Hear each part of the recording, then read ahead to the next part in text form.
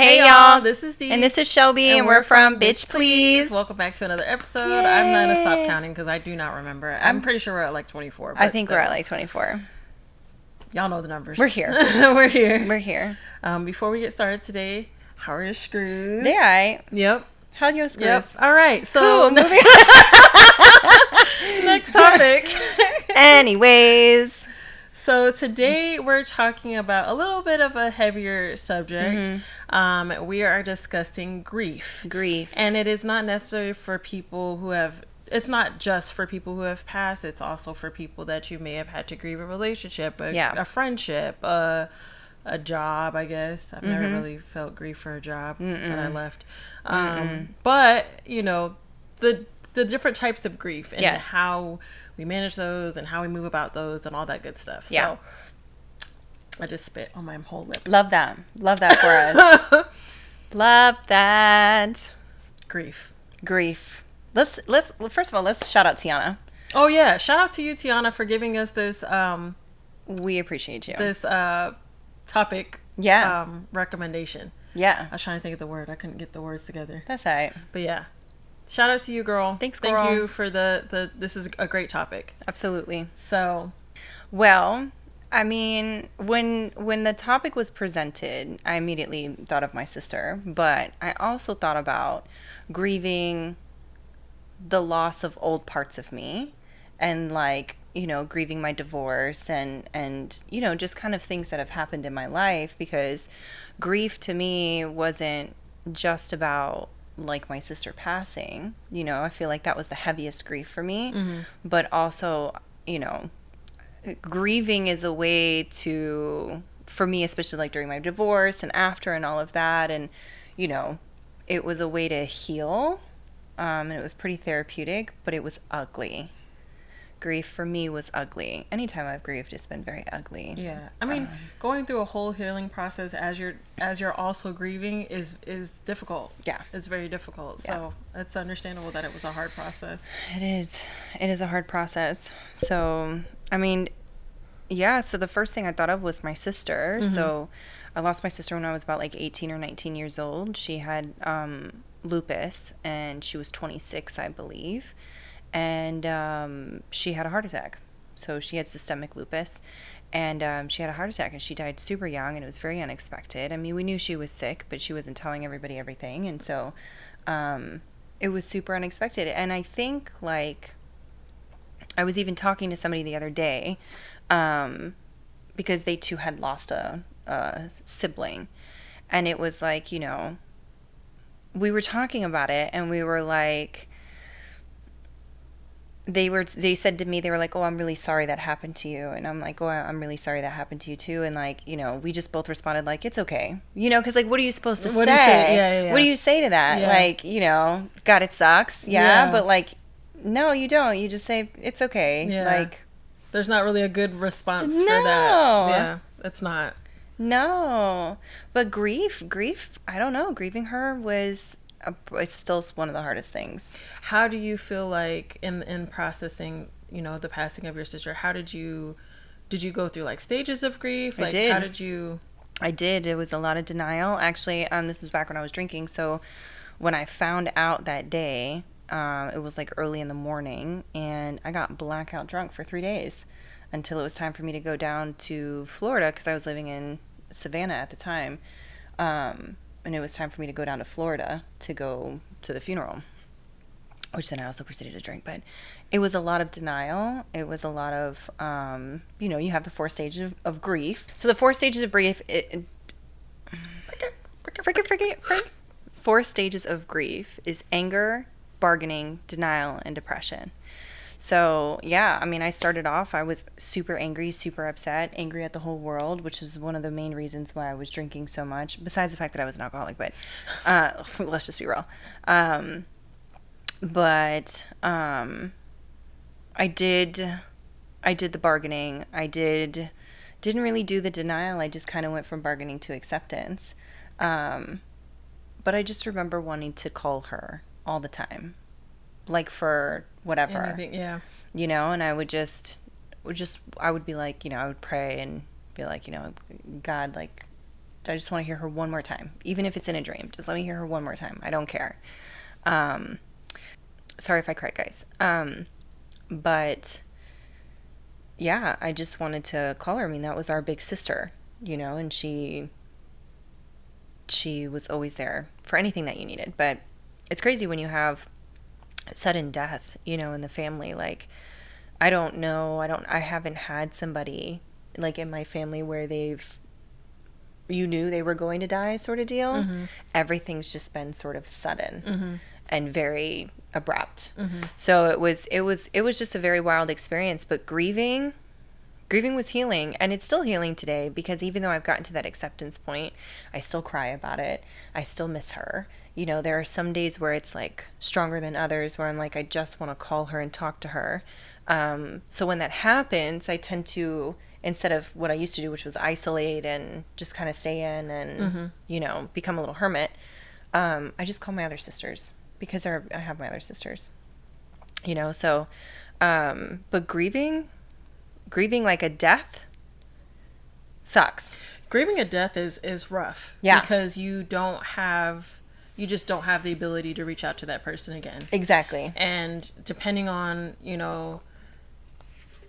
like I know for me, my grandma, my mom's mom, mm-hmm. When I was close with her, like I was really, really close with her, and she knew about all the things that I was doing and trying to do and all of that, and it was really hard because, it would have been a couple of years after she passed, but she never got to see me get into the job that I've been working so hard to get into, and I stopped getting, birthday calls from her because I would always get those things from her. Yeah. And it was really hard to kind of process that, because it was just like, dang, like there's so much that she was never able to see and hear about. And it's so funny because there were times I'd be wanting to call her and be like, hey girl, this is what was going on, but like I couldn't. Grieving a death is really hard. I mean, same with my grandpa, on my mom's side, it was a little bit of the same thing, because I was graduating from college the month after he passed. Yeah. And so that was a very hard time, because I was dealing with the fact that he did pass. So I had to go out there and, while still being in school, come back, be in school, and go to a graduation that none of that side of the family was coming to. Yeah. You know what I mean? Yeah. And it was just that realization. So my mom, at my graduation, she gave me his handkerchief that he used to wear. Aww. Girl, I broke down so much. I just cried. But it was like having that piece of him there. Because I knew even if he was alive, he wasn't going to fly. Yeah. That was not a flying man. Yeah. So I knew that, but it was just like having that piece of him there. And even with, the job and my grandma and I being able to see that, I had some shoes of hers. And so I used to wear those to work. So that I could be like, hey girl, I made it. Like, here I am. Just so you can see. But it is a hard thing to deal with. And, you still have your moments. And like, I try to be more mindful mm-hmm. of the fact that, like, you just never know what's going to happen with people. You just never know. Granted, they were older, so, like, you know that was going to happen at some point. Yeah. Not necessarily at that point. Yeah. Because for my grandpa, it was kind of quick. And for my grandma, it was also kind of quick. Yeah. And so, thankfully, I actually got to see her before she passed, like, literally right before she passed. Yeah. But there was, like, flight problems. There was a whole bunch of stuff. It was a long story. Yeah. But it's hard to process. I will say that I lost a lot of friends from either high school or college. Oh, yeah. That have been really hard to deal with. Even if we weren't like still super, super tight, like it was very hard to deal with, because I'm like, dang, these are people my age. Yeah. These are like, and these are not like deaths of like people getting shot or car accidents. This is like health stuff that's just randomly, seems to be randomly popping up or whatever. And you're like, damn, like, so grieving a death is hard. Yeah, it is extremely hard. I don't know if, people always try to say it gets better with time and all of that. And I feel like it gets maybe, I don't want to say it gets a little easier, but you're able to, I feel like you're able to tolerate the pain. Maybe tolerate it it's better. There. Yeah, it's there, but it's not as heavy as it once was. Yeah.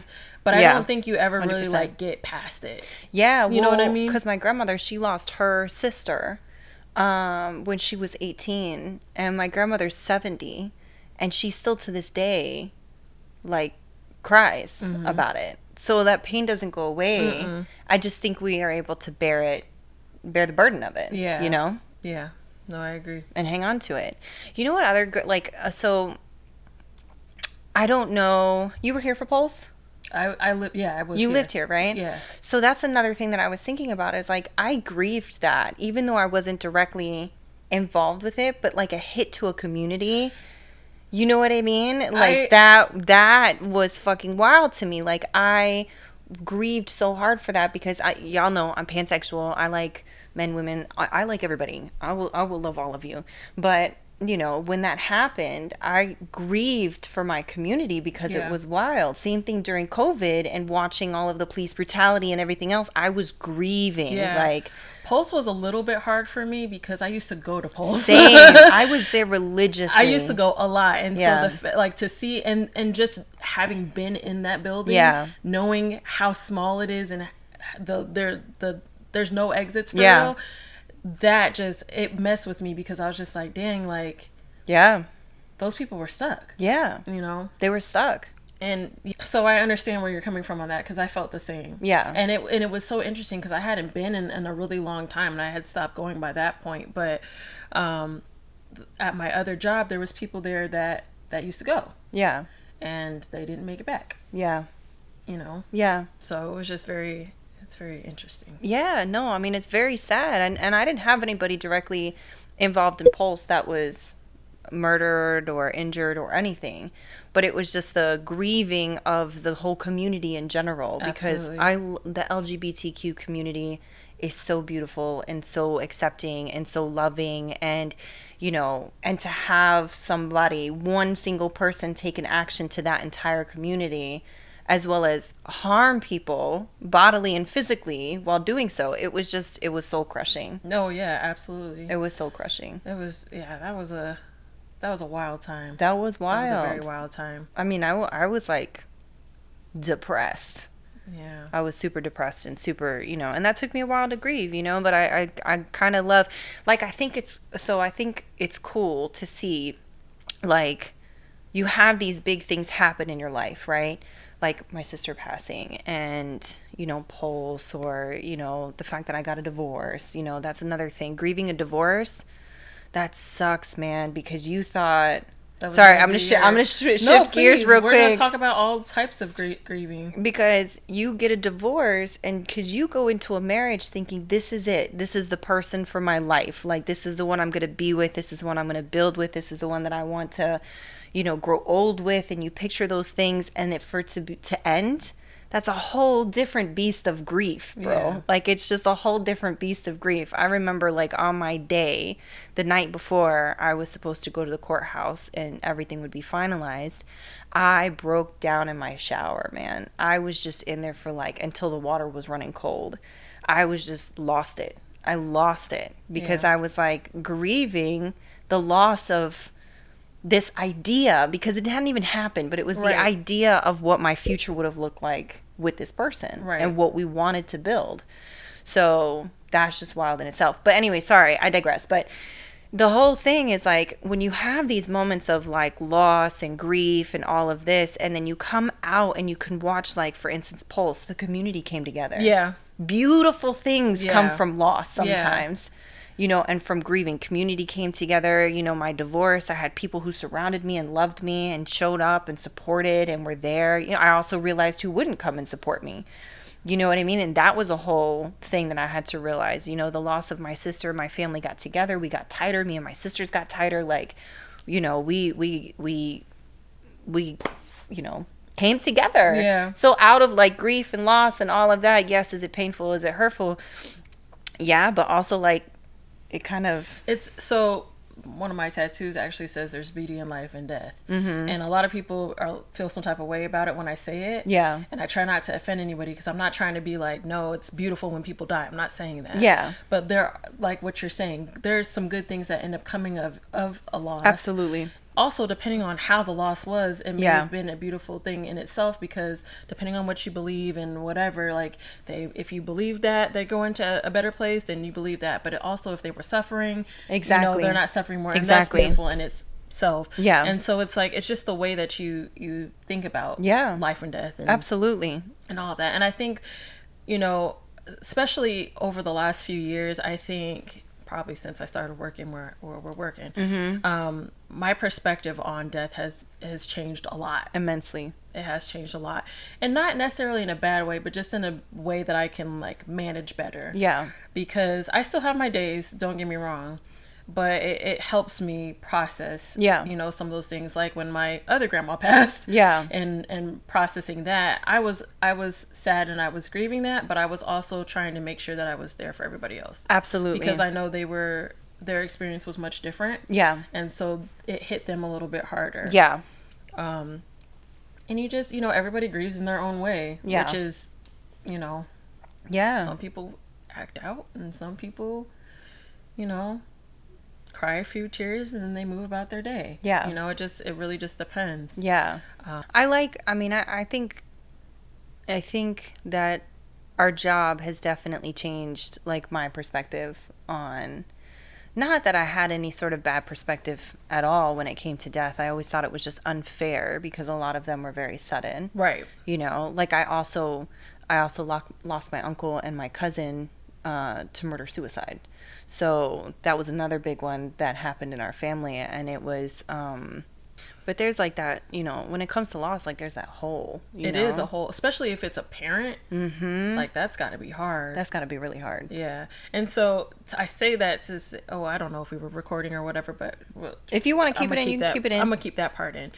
When it comes to the loss of a parent or a sibling or anything like that, it always makes me think about the times where I'm like frustrated with my parents, or I'm like annoyed or whatever, and I'm like, but those are the only parents I got, and I only got them for a certain period of time, and I'm gonna really miss these moments that I'm not able to just call my mom up and be like, hey girl, what's been going on, and call my dad up. Because I have extended family, but me and my parents are like, y'all tight knit. We're tight. Yeah. And so when that day comes, that's going to be very hard for me. Oh, yeah. Very, very hard for me. No, I understand. But, it makes you appreciate those moments no matter how you're feeling. I still get annoyed. Yeah. And I still get frustrated. Hell yeah. But I do try to remember, like, these days are... There's much less days than there are more. Yeah. No, absolutely. I mean, I think about that with my dad, because, like, I'm daddy's little girl, so I'm like, I'm like, we're all, because he got all girls. We are all his favorite things in the whole world. Like, he loves us all to death. But I think about that, Oh, that's what I was saying. Okay. I lost it, and I got it. Okay. Came back. Cool, Did you see that? Y'all saw that? It came back. Working at our job has given me a different perspective when it comes to death, because I'm like, at least in death in life, and how I'm like, we don't have every day. We don't. We do not have every day. Mm-mm. Like, today's the day that we get to live. Right now is when we get to live, And sometimes I'd be future tripping on shit all the time. Me too. And I'm like, girl, you are here right now, breathing. Assuming that I'm going to be awake tomorrow. Yeah. Me and one of my friends were talking about that the other day, because we were departing each other. Actually, I say the other day. It's been months. But we were talking about it, and he was like, yeah, I'll see you later. And I was like, yeah, I'll see you tomorrow, or whatever it was. And then we kind of stopped, and he's like, we just assume that we're going to see each other 100%. Again. And I was like, we do. We just assume. And stuff happens. Yeah. It does. Stuff just happens. And it's just like, the amount of people that come in from like car accidents and, overdoses, and family members didn't even know they were on drugs, all sorts of stuff. And it's just like wild to see, because, tomorrow's not promised. And here I am tripping. I'm literally laying on my couch, like going over in my head all the things that I need to do in my life, and what I'm lacking, what I'm not doing right. But I'm not taking the moment to enjoy the fact that I have a couch, that I have a roof over my head, that I just ate like mad cookies like 10 minutes before. Or that you just woke up. Or that I just woke up, that I'm here, that I'm breathing, that life is here and everything's here. And it's not that bad sometimes. It's really not that bad sometimes. Sometimes it's pretty bad. Sometimes it's pretty trash. Sometimes it's pretty trash. But you know what? I still get to wake up, even if I don't want to. I still get to wake up.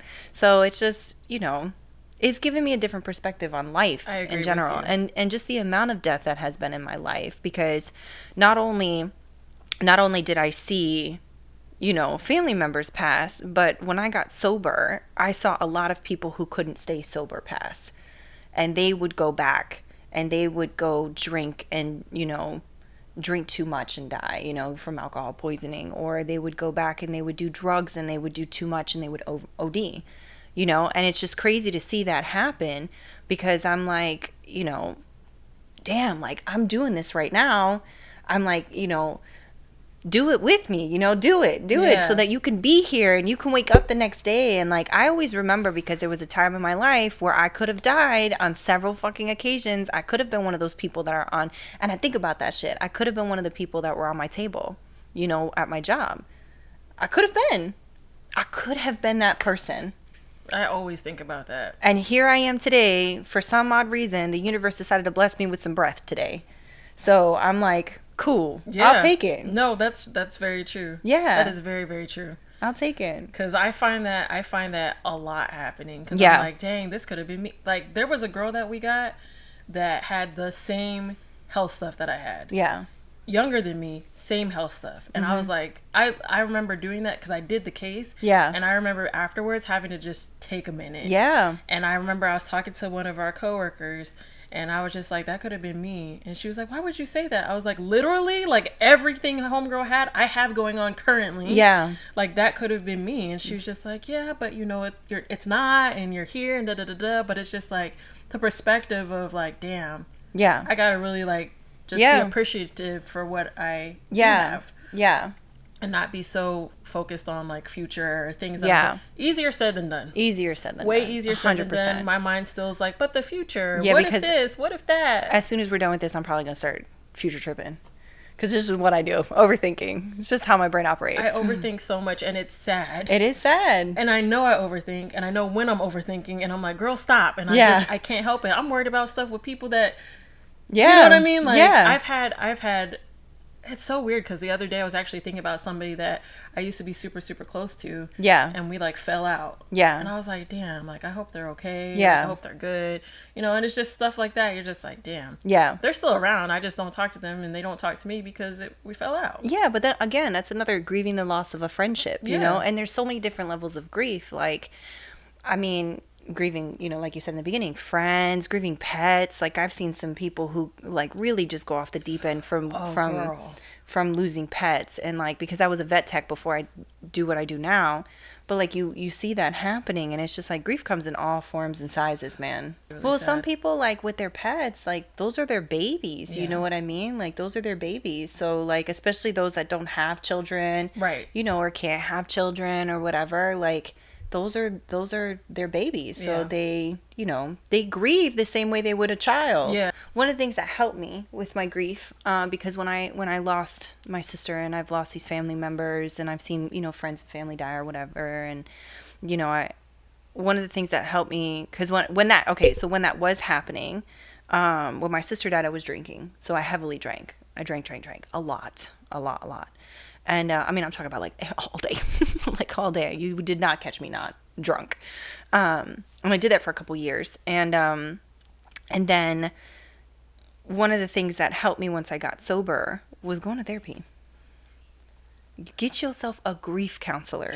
So that's the only thing I think I missed out on. Yeah. Because at the time of my grandparents passing on my mom's side, my grandparents passing on my grandfather on my dad's side passed a long time ago. Yeah. Which I remember, and it was rough, but I was also a lot younger, and he was here, and we were moving around a lot, so we didn't really, like, I saw him a lot, but we didn't have that same type of bond that I had with my mom's side of the family. Yeah.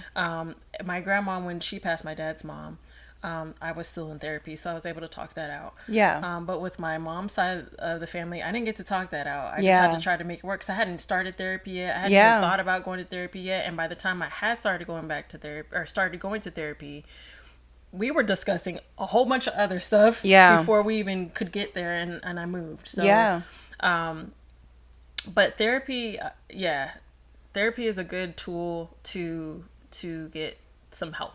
Hell yeah. Because you just never know. And then the thing that's so weird about it too with grief, sometimes you don't even know you're grieving. No, you don't. And that is the weird part. Yeah. Because you'll be doing something real regular one day, and then out of nowhere you might just start bawling. You're like, what just happened? Yep. Like, I didn't even know I was like upset about this situation, and then you're in tears. Yeah. That's very interesting. Well, because I feel like a lot of people don't process it. Like for me, I didn't process my sister's death. I stayed in that. I stayed in that depression, which is the 4th stage. I stayed in that depression. I just locked it. I just locked it away and I functioned with it. I actually didn't even get to fully talk to my therapist and process anything until last year about my sister's death. And that was like, there was a lot of stuff because when my sister died, I was drinking. I did a lot of shameful shit. So it was a whole mess. But I didn't even actually fully process it. Mm-hmm. So a lot of the times people don't even fully process it. They don't get to that acceptance stage. They sit and linger in that depression stage, you know? And it's like, for me, some people are able to get to the acceptance stage on their own through God or family and friends or whatever. Me? No. I had to go to therapy to get through it. I had to process that with a licensed professional. Yeah, no, that's fair. That's fair. I had to sit and talk to a licensed professional. No, that's fair. And I paid that girl. I paid homegirl to fucking help me get through that shit. Yeah, I mean, you have to do what you have to do to get to a point of being like, I don't want to say better, but better coping. I guess is the word I want to use. Yeah. So it's rough. I don't think it's ever ending. Yeah. I don't want to say it's never ending, but it takes time. Yeah. It does take time. Because I mean, there's been a lot of deaths from my school. Yeah. Especially as of late. I know. And it's just been kind of like, what is going on? People that I have not been close with, but people that I knew because the school was so small. And that still is rough. Yeah. Because you just start looking at, like, a lot of, like, I lost my line sister in 2014. I don't think she even made it to like 25. Yeah. And we lost a frat brother pretty early too. And people just kind of kept dying as the years kept going on. And you're just like, what is going on? Like, I was talking to my dad about it and I'm like, there's a lot of people around me that are passing away. And I said, but I don't feel like we're at that age that makes sense. Yeah. Not health wise. Yeah. You know what I mean? So it's always like a weird thing to process. And then stuff that I didn't even realize would affect me like that with some of the recent passings. Yeah. I'm like, dang, I didn't even know I would be bothered. I don't want to say bothered like that. That sounds shitty. But I didn't know that it affected me as much as it actually had. Yeah. You know? Because then you start seeing like the people around them and they're going through their grieving process. And you're grieving that for them. But then you're also grieving your own emotions behind that passing. You know? Yeah. So, and again, it just takes me on this cycle of thinking about everything. Yeah. And so I think about them, I think about their friends, I think about my life and like, you know, being grateful for where I'm at and being here and all that stuff. And it's just like, I don't know, it's an interesting process. It is. It's a weird process because I feel like every timeline have been different. Yeah. And I think it might have to do with my proximity to them, like relationship wise. Absolutely. It's been different each time. Yeah. So. Yeah. It's been like that for me too. And I would, if I knew somebody that had passed away, but I wasn't close to them, I almost felt this sort of shame for grieving.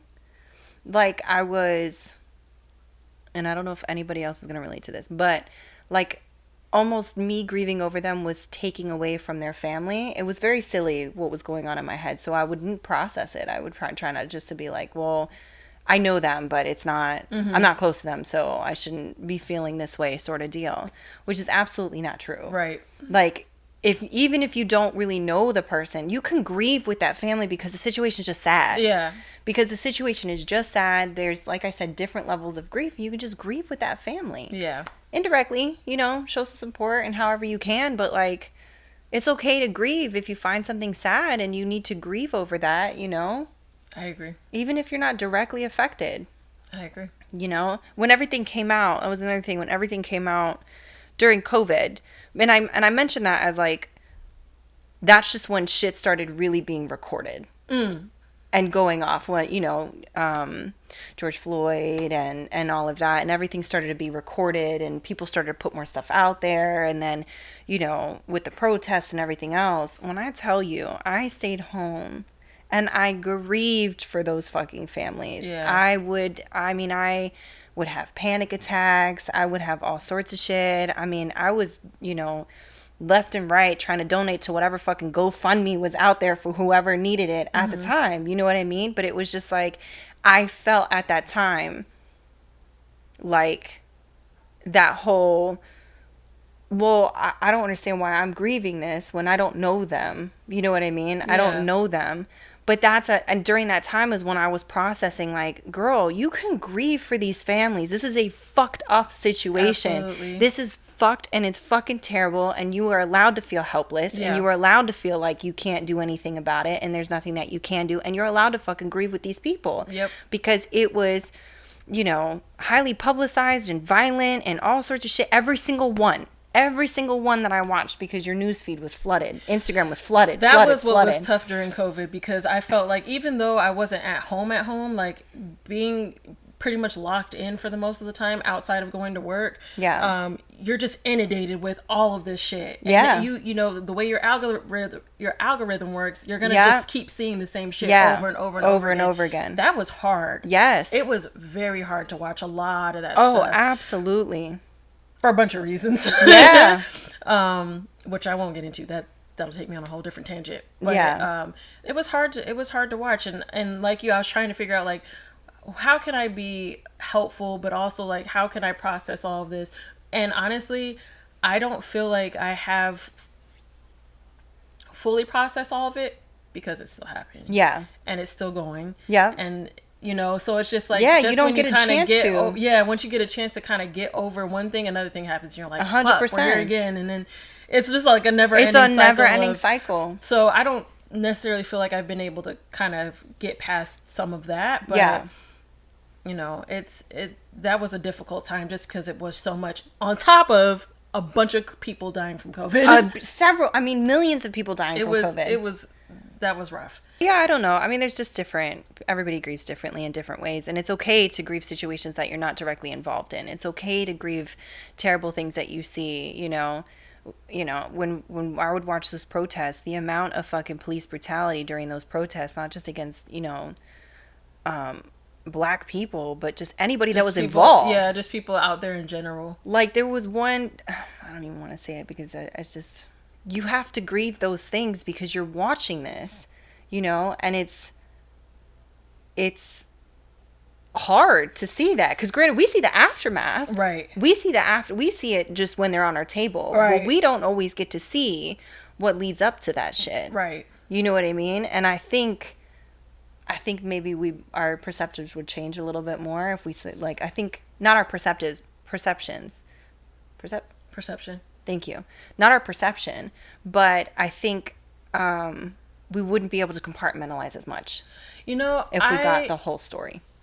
I wouldn't be able to compartmentalize if I saw how everything led up to it. You know what I mean? If I saw the video of the woman killing her children, or if I saw the video of the man killing his wife, like, I wouldn't be able to compartmentalize it, because then I'd be able to, then it's in my face. Yeah. Now I have to grieve it. Yeah. You know what I mean? Yeah. Now I have to go through that grieving process of all of it. Yeah. I know one of the things that I had to stop doing is watching a lot of the stuff on social media, especially if it involved a person being gunned down, or being mishandled, or being anything like that. Yep. Because it was messing with me. Yeah. And I was like, all right. And like I was saying earlier, I couldn't properly grieve. Yeah. Because it was just reoccurring all the time. Left and I was right. like, I can't keep seeing this. Yeah. Like, because I also was getting super angry. I had been angry. Hell yeah. But it was just amping up, and I was just like, I was ready to fight anybody. Girl, I said, you have a job that you cannot lose. You do. You cannot lose it. But every day you go to work and somebody just say something crazy, especially with some of the cases that were coming in, I'd be like, you can't fight. No. You can't fight this right now. Unfortunately, you can't. And unfortunately, when you do start fighting, it is a lot of repercussion, especially for you. Yeah. Especially for you. Absolutely. Which sucks. Which is fucking trash, because you should be the one to be able to speak up and talk and say these things. That's not how it works, because the nerve of me to open my mouth. I should be happy. Because you'll be an angry Black woman. I should be happy to be allowed in this space. Yeah. you know, but it's yeah, it's always a interesting. I just got mad. The girl, me too. I just That's got, why I just got really fucking angry because I just think about, anyways. Yeah, but have you had to grieve like friendships? Hell yeah. How did those play out for you? I mean, it was sad because I mean, I've done shitty things to people and I've lost friendships, and people have done shitty things to me, and you know, we've lost the friendship over it. And I've had to grieve them because it was like, you know, somebody that I told some of my deepest, darkest secrets to, you know what I mean? And it's a person that you bond with over, I don't know, whatever, trauma or drugs or, you know, whatever at the time I was bonding with people over, you know what I'm saying? And you bond with these people, and then to lose that friendship is like, damn. Like, I thought you were going to be in my life forever. I thought you was going to be my homie for life, bro. You ain't going nowhere. I just need you to know that you ain't going nowhere. I will hunt you down. We are going to grow old, and we're going to get into a retirement home, and we're going to fuck with people. We get into that retirement home. I don't care what man is in our life or woman or partner or whatever. That's my bitch. Yeah. To the end of the day. It's going to be a couple of us in the home just chilling like, I'm like, you old ass bitch. Right. Every time. But no, but yeah, I mean, it's tough to grieve it. Yeah. But what about you? Grieving friendships is rough because it's hard to see. You think you're gonna have this person be in your life forever. Yeah. And you're just like, wow, like we really are not gonna be friends anymore. Yeah. And it's hard because you still see them or you see something of theirs if you still connect or whatever. Yeah. In that way. And you're like, damn, like I want to reach out and tell them congratulations about their new kid or their new job or whatever the fuck is going on. Like you just want to be able to reach out, but you're also like, but we don't talk to one another. Yeah. And the damage is irreparable. Yeah. Did I say that right? Irreparable? Irreparable? It's not repairable. Isn't the word irreparable? I think it's not repairable. Not repairable? I just be making up shit. I don't know. I thought it was irreparable. I don't know. It could be. It might not be, girl. I'd be making up stuff. But yeah, like those relationships just they cannot be repaired. Yeah. And that's kind of it's unfortunate. It is. It is unfortunate. So you have to. I haven't had a lot of those in a long time. Yeah. I feel like I've settled in with my core group of folks. Hell yeah. And so yeah, all y'all locked in for life. Facts. Every single one of y'all. Katie, John, Deidre, you're stuck to the end of days. Yep. To the end of days. All of y'all. One of the things I'm about to grieve is, and I have started already, is my bestie boy John is moving all the way to California. And it makes me real sad. Yeah. It makes me real sad. But he knows I will stalk him to the end of days. Yeah. So.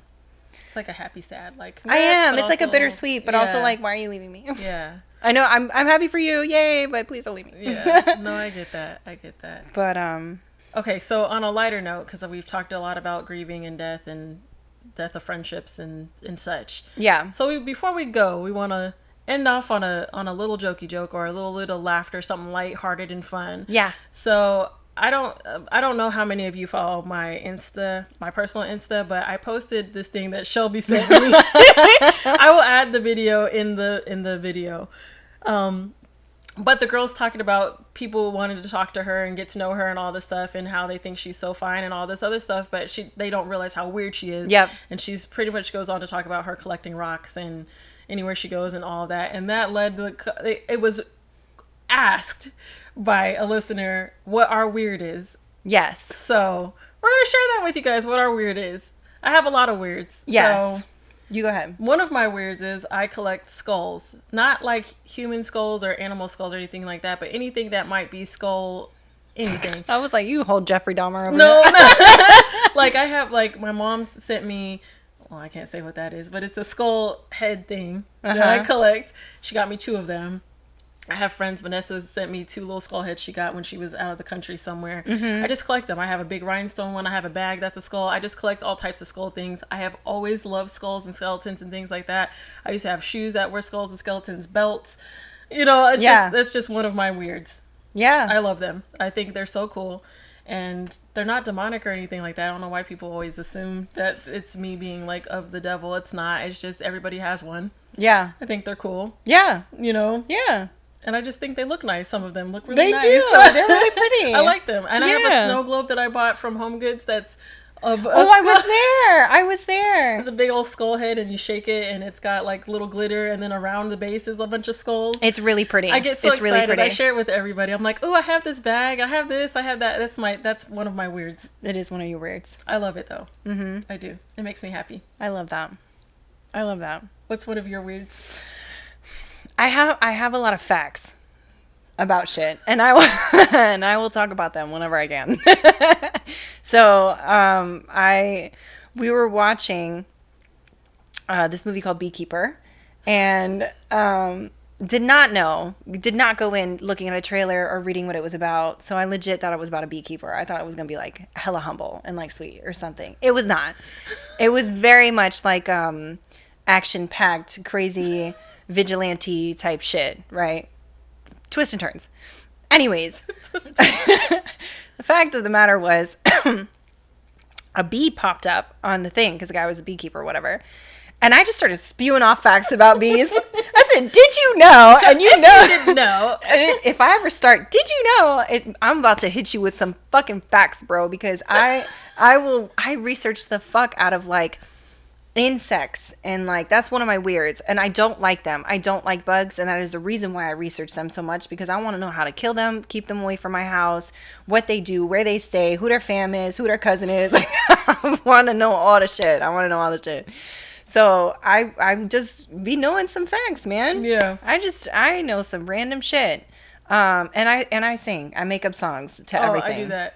That's one of the other things. If somebody says something and it reminds me of a song, I'm gonna sing it. Yeah. And one of my coworkers always walks up to me and is like, question, and I'd be like, tell me how you feel about me. And he just be really trying to ask me a question, and I just can't help myself. I can't help myself. It just is what it is. Yeah, I just love to do that. It just is what it is. I just remembered this. Yeah. This is probably one of my weirdest weirds. I was obsessed with the Titanic. Just all the history, not the movie, the history of it. I had big ass Titanic books. Hell yeah. And then when I found out that I don't even know how I got into it, because this is years before the Titanic movie was ever even going to come out. Yeah. This is years before that. I had books, I had pamphlets, I had pictures. I have so much Titanic stuff, it's unreal. Yeah. I used to go to exhibits. I fucking love that though. I am a weird ass Titanic nerd. I don't even know why. None of us was allowed on that boat. Yeah. But I freaking I was obsessed. Threw me for a loop, bro. I was like, yeah, and then I lost it. I just fucking lost it. Listen. It was 1912. Girl, yeah. Yeah. We wasn't about to be allowed on anything. That's facts. Except in the mine, and I still think they was like, no, y'all aren't here. You're not welcome here. We're gonna have the lower class whites do that. Yeah. But y'all cannot come on this boat. Not the lower class whites. I cannot. But yeah, it's true though. That's one of my weirds. Yeah. I got a lot of them. Like, I'll sing. Like, sometimes if I'm in the car, especially by myself, or just by myself in general, and I'm singing, I'll sing in, like, weird-ass voices. Oh, I love that. And then I laugh. And then I laugh, like, double over. Like, I got a whole audience laughing. Like, that type shit. Like, I just think I'm the funniest fucking person in the whole world. But I be singing weird sometimes. I do, too. And random voices and everything. Fucking up stuff on purpose, like, whoa. Do you ever have whole arguments in the shower? Girl, I be fist fighting people in the shower. I had a whole, with myself, mind you, yesterday. I was talking to myself so crazy yesterday. I had to tell myself, like, girl, calm down. Chill. Out loud. I was like, you gotta be gentler with yourself. Like, why are you talking to yourself that wild? Yeah. Like, I was having a fight with myself yesterday. Yeah. It was wild. And I be thinking about shit from like fucking 15 years ago in high school, and I'm like, yo, I should have said that to that bitch, or oh, I should have hit her this way, or oh, I should have done this. And then I'd be like, I would have whole conversations with another person in the shower, arguing.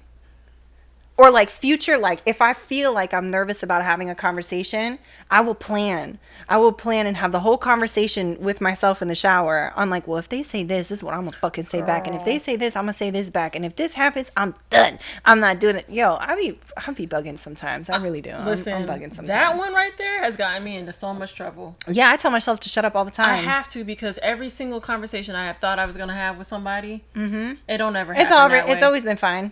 Well, I can't say always, but or it doesn't go the way that I had imagined it in my head. So I'm like, wait, they didn't say this. Yeah, they were actually like cool with it, and I'm like, fuck, I had all this argument waiting for your ass. Planned, I was waiting. It was planned.